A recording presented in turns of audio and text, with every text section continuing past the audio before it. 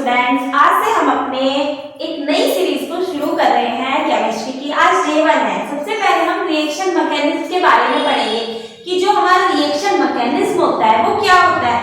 Simply अगर हम reaction mechanism को कहें, अगर हम नॉर्मल अपने शब्दों में कहें तो ये क्या होता है, एक तरीके का एक्चुअल चेंज होता है जो क्या होता है हमें किसी भी मॉलिक्यूल में देखने को मिलता है जब वो रिएक्ट करता है किसी चीज से।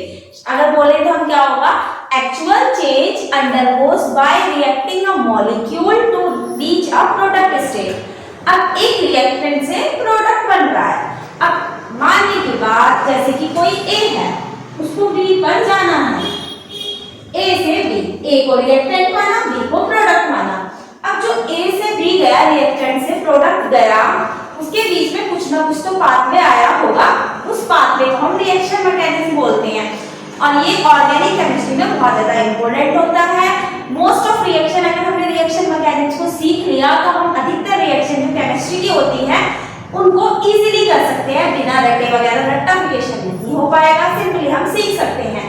अब रिएक्शन मैकेनिज्म के अंदर क्या होता है, अगर हम मानने की बात, किसी एक फ्रेंड का घर है, बी किसी दूसरे फ्रेंड का घर है, ए को रिएक्टेंट माना, बी को प्रोडक्ट माना। अब ए को बी के घर जाना है, जाने के लिए रोड का रास्ता लेंगे। अब वो जो हमारा रोड है वो सीधी भी हो सकती है, डायरेक्ट, या घूम वगैरह के भी की जा सकती है ऐसे।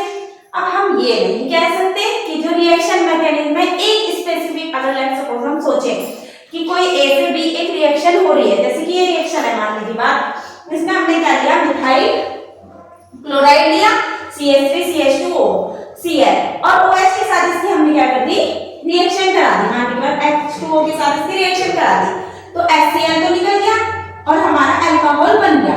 अब ये जो हमारा अल्कोहल बना, इसको बनने के लिए मैकेनिज्म की जरूरत होगी। अब हम कह सकते हैं, क्या सोचो जरा, कि अगर एक रिएक्शन के लिए क्या स्पेसिफिक एक ही मैकेनिज्म होगा, मतलब कि ये जो क्लोराइड है इस पे अल्कोहल बनने के लिए एक ही मैकेनिज्म होगा, मतलब कि हमें एक ही चीज याद करनी पड़ेगी। अगर हम सोचे तो ऐसा नहीं होता है कि हमेशा एक रिएक्शन के लिए एक ही मैकेनिज्म हो।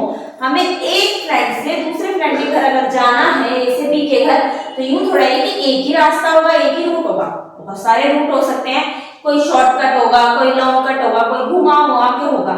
इसी तरीके से रिएक्शन मैकेनिज्म होता है, इसके अंदर भी क्या होता है, जो रिएक्शन होती है उसको करने के लिए इसके जो मैकेनिज्म होते हैं वो डिफरेंट टाइप्स के होते हैं, पर कोई ना कोई एक मैकेनिज्म क्या होता है, वो स्पेसिफिक होता है कि हम मोस्टली इसी से हम वाली रिएक्शन कर सकते हैं, अधिकतर रिएक्शन से हम नहीं कर सकते। अगर हम सिंपली डेफिनेशन ले रिएक्शन मैकेनिज्म की, तो वो क्या होगी, actual change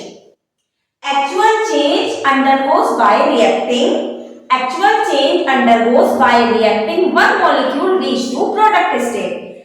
Actual change undergoes by reacting one molecule reach the product state. ठीक है। और इसके बाद जो हमारे इसके अंदर जो भी हमारी केमिकल रिएक्शन होती होगी उसके अंदर स्टेप्स भी होते हैं।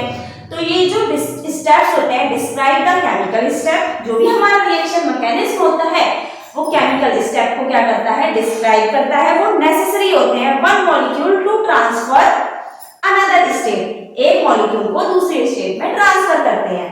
अब हमने आज हमारा स्टार्टिंग डे था, डे 1 था, डे 1 का पार्ट 1 लेक्चर था, अभी पार्ट 2 आएगा, जिसमें हमने सिंपली आज अभी यही जाना है पार्ट 1 में कि जो रिएक्शन मैकेनिज्म है वो इम्पोर्टेंट है या नहीं।